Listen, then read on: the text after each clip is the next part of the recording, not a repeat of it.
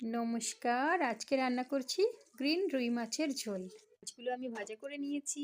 এই তেলের মধ্যে জিরে আর শুকনো লঙ্কা ফোড়ন দিলাম। এবারে আমি কেটে রাখা সিম আর নতুন আলু দিয়ে নুন হলুদ দিয়ে একটু হালকা ভাজা ভাজা করে নেব।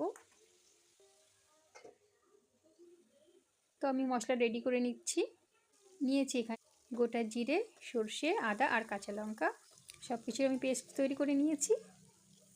সিম আর আলু আমার ভাজা হয়ে গেছে হালকা। এবার একটু জল দিলাম। জল ফুটে উঠলে আমি পেস্ট করা মশলাটা দিয়ে খুব ভালো করে কষিয়ে নেব। সিম আর আলুর সাথে মশলাটা খুব সুন্দর করে কষিয়ে নেব।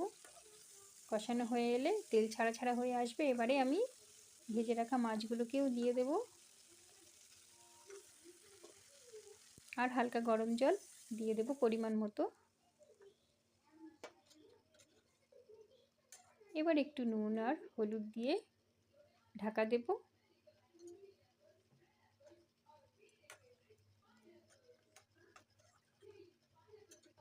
পাঁচ মিনিট ফোটালেই হয়ে যাবে। ফোটানো হয়ে গেছে আমার। এবারে গরম মশলা দিয়ে নামিয়ে নেব। তো দেখো কেমন গ্রিন কালারের মাছের ঝোল দেখতে লাগছে। খুব সুন্দর গরম ভাতের সাথে খেতে এটা।